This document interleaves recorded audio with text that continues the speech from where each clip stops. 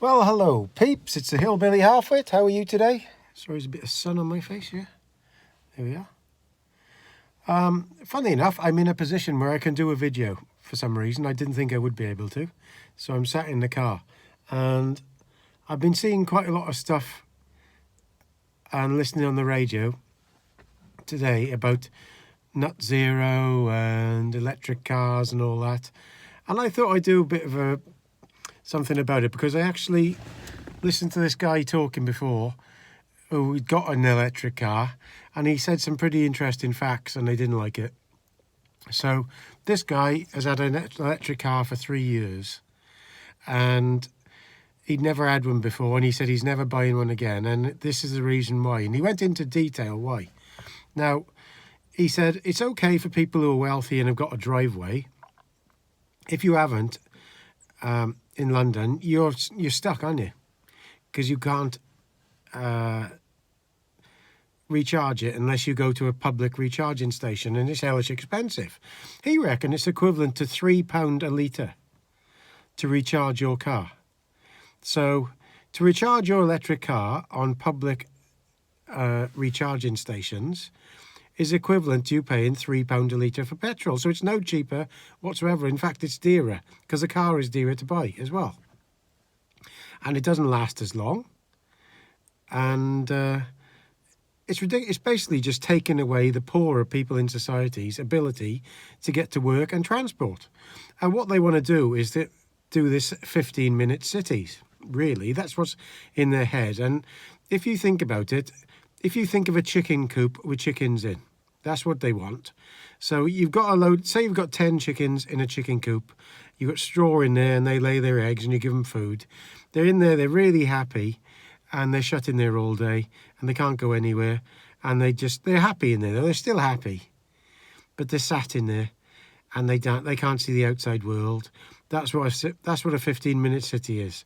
They want to try and keep a certain amount of the people, the wealthy and the civil servants, happy, while the rest of us can't do fuck all, and you can't do your own thing. So they don't want you to have 4x4 cars. That means they won't want you to do any motorsport or horse riding or whatever. And you tow your box or your car behind, or any kind of motorsport. Or you want a caravan? You want to go off caravan? No, you're not allowed to have a 4x4. You're not allowed to have a 4x4 because you're only allowed to travel a certain distance with your electric car. And your electric car is only going to be a certain size and you only go a certain speed. And then if you don't pay your electricity bill, you can't charge your car up and you can't get to work. It's all one big system designed to control everybody. So if you have your benefits and you're behind on paying your electric car bill, well, up straight off in your bank account, because they can go in your bank account now. If you don't pay your council tax, well, up, they take that off you. If you don't pay electric, they cut your electricity off by the meter, because they say that a Wi-Fi meter now. It's all designed to take away everybody's freedoms, like them chickens in the chicken coop. If there's one of them chickens that wants to go outside, they can't go outside. The others might want to, but they can't. You've got to eat what they give you. Then they take what you have. It's exactly what happens. It's like the tax system. They want you in your 15-minute city doing the work that they want you to do. Then they take the tax off you to spend on something that's nothing to do with you, to keep you enslaved.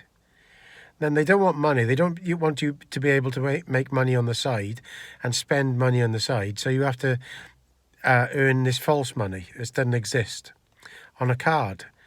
And then they'll give you this false money and they'll charge you for borrowing false money in the bank, charge you a percentage rate for borrowing money that doesn't exist anymore. When the gold standard was around, money existed. So the banks had to keep, I think it was 20% of all the money they lent out in gold or real money. Now they don't even have to do that. They just make it up. But they still charge you for making money up. We're in a twilight zone, aren't we? We are in the twilight zone. And in London, for instance, you've got the Jeremy Viles. They've got gated cities there now where us normal people, us normal folk, can't go in. Because if you go in there, you've got to pay a charge to go into London because you haven't got this car. And then you can't walk around at night because they're not safe. And they quite like that because they want you to be not safe.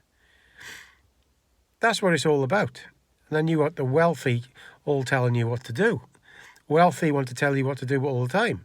Then their children go to university and they come out of there with a power complex where they believe we're underlings and we should do what they told.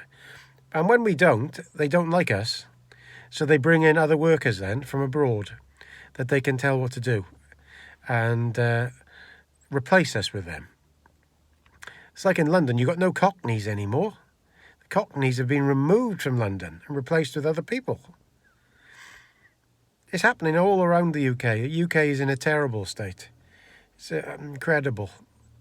I don't know how it's happening. I don't know how we're letting it all happen. And whatever they say, there's a large-scale attack on reform at the moment. I know a lot of people don't agree with me on this, but reform is the only chance we've got to get out of this or even slow it down. But there's a large-scale attack on reform. If you can't see that, you need a head examination. Because the only thing that'll if you remove Farage, the only thing you're going to get is Labour again. Now, I've said this before. I think Labour and the Conservatives will actually join together to try and stop reform winning the next election myself. They'll be like the Liberals and the Conservatives were. They'll do everything to stop them because they'll turn around the nut zero stuff. So I actually heard Richard Tice talking before about a few farming policies the other day. And this is the new farming policy regarding inheritance tax, which I thought was quite good. So if you are a farmer and you've got your farm to pass on to your family, you have no inheritance tax. But if you're a farmer who's got ground which has had solar panels and stuff like that on, you do get inheritance tax. So you can't pass that stuff on without having to pay inheritance tax. So that means you have to be an active farmer, which is a very good idea. Same with windmills, that sort of thing.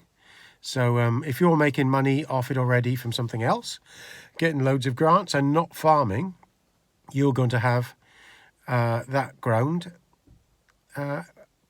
on inheritance tax. So that means that people who buy to invest ground for this sort of thing, solar panels, they'll have inheritance tax on that.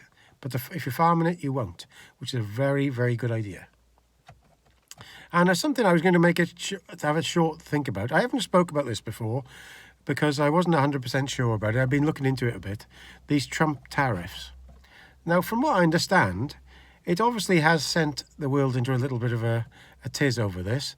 But what he's actually doing is he's trying to return the United States to when, I think it was when Lincoln was president, they didn't have to pay any tax because everything they sold was you had a trade tariff on it and everything that's sold into this country.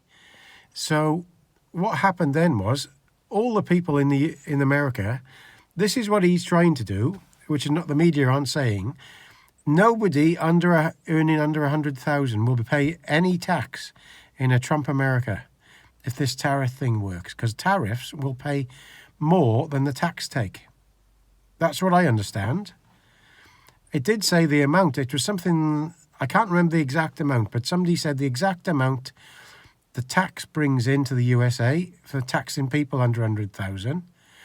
And if this tariff thing works, it will remove the tax off all people earning under 100,000 in the United States, which I think is incredible. You imagine that. So if that works now in the next 4 or 5 years that he's got in, I think it's 4 years he's got in power, they'll try to stop it, of course. But if that works, that would be something that the rest of the world would try to do. And it would mean it would bring so many people out of poverty. Absolutely unbelievable. And when you look at the statistics of the people that were getting hurt by these tariffs, it's the people on the stock exchange. So the top, I think it was 1% of the people 1% of the richest people in the world own 50% of the stocks. And then, was it the next 49%, I think, own the rest. And then the 50% below own all the debt. Us lot. Think about it. So we got all the debt, they got all the money. So it's quite clever, really, because the people he's upset are the people who are rich already.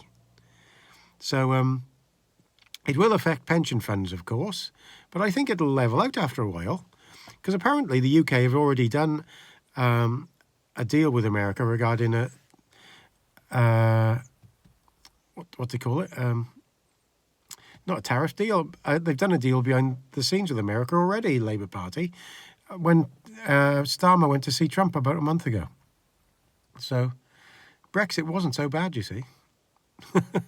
And regarding the chlorinated chicken and stuff like that, it doesn't bother me, because as long as it's packaged and say this is a USA meat, all you got to do is not buy it. And if people look into this stuff now, if you go and buy salads, mixed salads and stuff in the supermarket, they're all chlorinated as well now already. So you're eating that, you have chlorine in your water. So it's just use. I don't particularly want to eat it myself, but all you've got to say, if it says from the USA, just don't buy it. Simple as that. You think of the mass market of people in America to buy British products. It's huge. And loads of people already live in America from UK. And just think the ability of all them, it'd help farming so much. It would help farming so much by having the ability to sell our lamb and our beef and things abroad, because our beef is made to such high standards in this country. There's no other country like it. It's best products in the world. So there we are. I've done a pretty decent video today. I didn't think I'd have the time. So I'm sat in a hospital car park at the moment. So please comment, rate and subscribe. It doesn't cost you anything and it helps me out a lot. And share as well. Okay? All the best. Gaz.